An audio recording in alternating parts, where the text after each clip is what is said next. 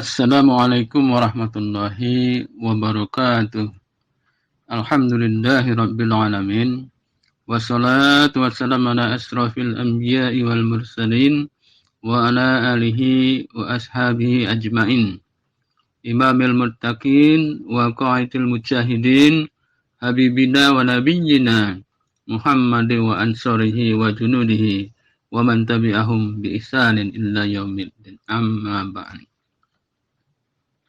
Saudara-saudara sekalian, marilah tetap senantiasa kita mengucap syukur kepada Allah Subhanahu wa taala. Dengan memperbanyak syukur, insyaallah Allah akan menurunkan rahmat-Nya kepada kita. Dan tak lupa selawat beriring salam kita sampaikan juga kepada Rasulullah sallallahu alaihi wasallam. Allahumma shalli ala sayyidina Muhammad wa ala ali sayyidina Muhammad. Saudara-saudara sekalian yang dirahmati Allah, ada baiknya kita mengkaji terkait dengan hal-hal yang bermakna sufi. Karena dalam hal untuk melakukan sesuatu, memutuskan sesuatu keputusan-keputusan, kadangkala kita bisa salah dalam mengambil kebijakan atau keputusan. Itulah perlunya kita mendalami makna apa itu yang terkait dengan tarbiyatun nafs. Mentarbiah jiwa kita agar jiwa kita menjadi tenang, bisa memutuskan sesuatu perkara dengan tepat. Itulah kita perlu pelajari kali ini yang terkait dengan apa sebenarnya khauf dan roja. Mudah-mudahan dengan mempelajari dua hal ini kita bisa tepat untuk mengambil suatu keputusan di dalam hal beribadah dan hal-hal lainnya yang terkait dengan muamalah sesama manusia. Saudara-saudara sekalian, apa sebenarnya makna sufi itu? Dan kenapa seorang muslim harus juga mendalaminya dan mempelajarinya? Mari kita coba membedahnya. Ya, saudara-saudara sekalian yang dirahmati Allah, supaya perilaku kita sesuai tetap dalam tuntutan fikih yang benar, maka kita selalulah senantiasa di dalam hal-hal melaksanakan sesuatu memilih hal yang maslahah. Jangan terjebak kepada hal-hal yang mafsadat. Bagaimana caranya? Itulah pentingnya kita mendalami makna sufi.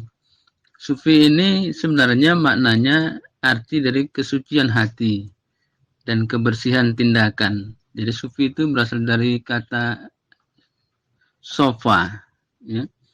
Sofa. Jadi artinya kesucian hati. Jadi orang sufi, orang-orang yang mempunyai hati yang suci dan bersih dalam tindakan. Jadi kita tidak perlu alergi dengan kata-kata sufi. Justru baik dalam hal-hal untuk memutuskan suatu masalah, kita bisa terhindar dari hal-hal yang salah gitu. Saudara-saudara sekalian yang dirahmati Allah Subhanahu wa taala. Saudara-saudara sekalian yang dirahmati Allah, ada dua hal dalam materi tentang kesufian yang sangat baik untuk kita pelajari supaya kita jangan salah dalam memutuskan suatu masalah. Yang pertama adalah khauf. Apa makna khauf itu?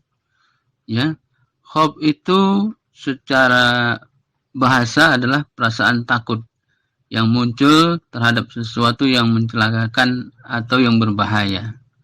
Jadi itu dia.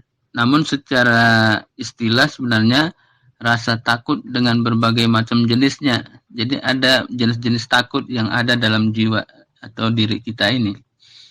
Yang pertama adalah takut tobi'i. Kalau takut tobi'i itu ya biasa, manusia punya takut bawaan kemanusiaannya. Misalnya takut kepada sesuatu ular, ya, atau ketika di hutan ada hewan-hewan yang buas, ya, seperti harimau, singa, itu takut tabi'i namanya, ya, itu takut normal manusiawi.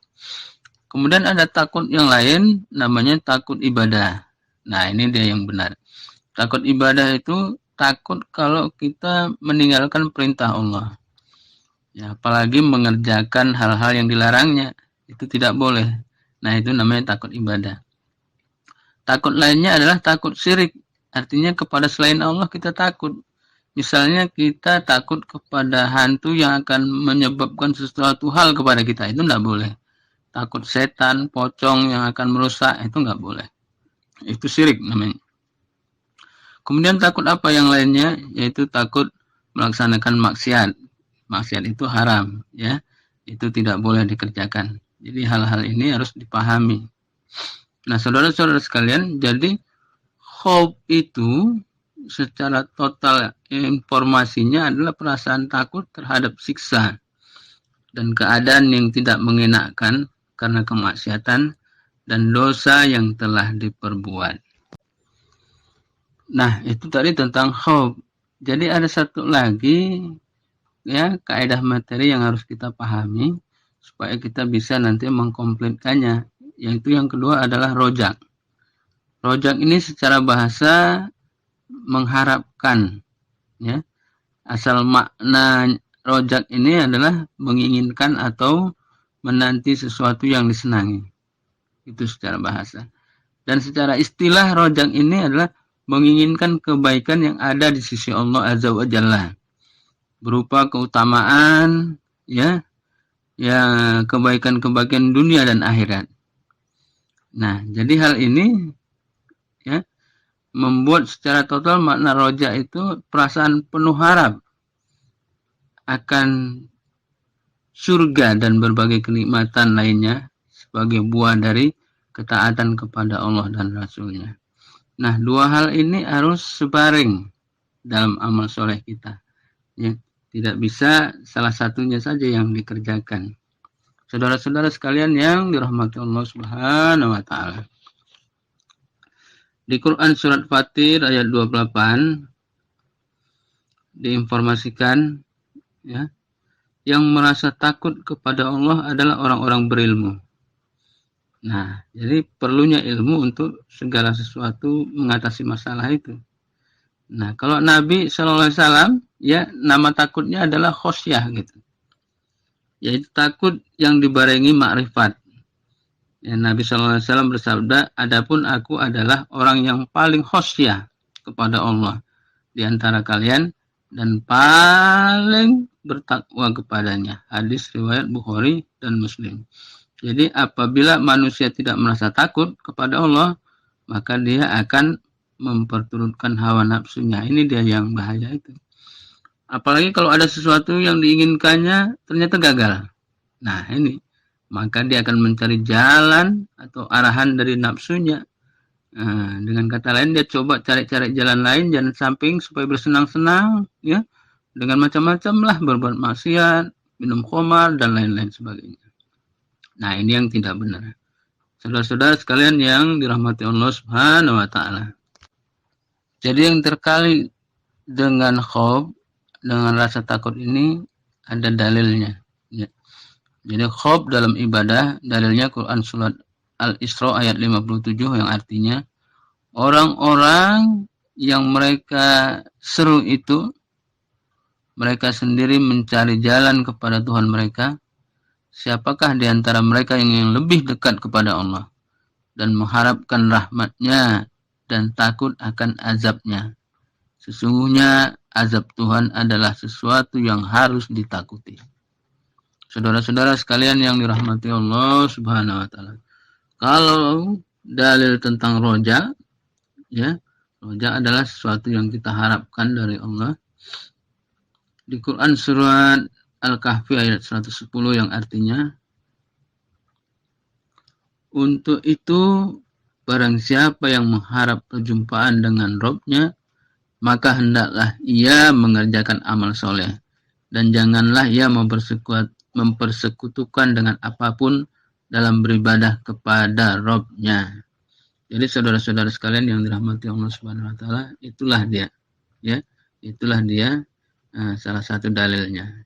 Itu contoh seseorang yang dalam mempraktikkan dua hal tentang khauf dan rojak.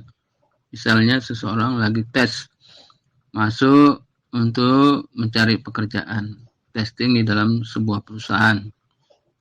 Maka hal yang harus dia lakukan tentang rasa takut, ya, dia harus ada rasa takut tidak lulus tes.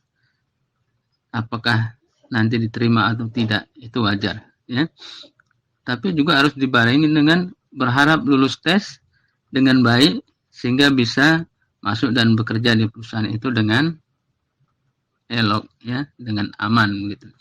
Jadi saudara-saudara sekalian yang dirahmati Allah, harus ada dua rasa yang ada di dalam jiwanya, khauf dan roja. Jadi harus sebaring gitu.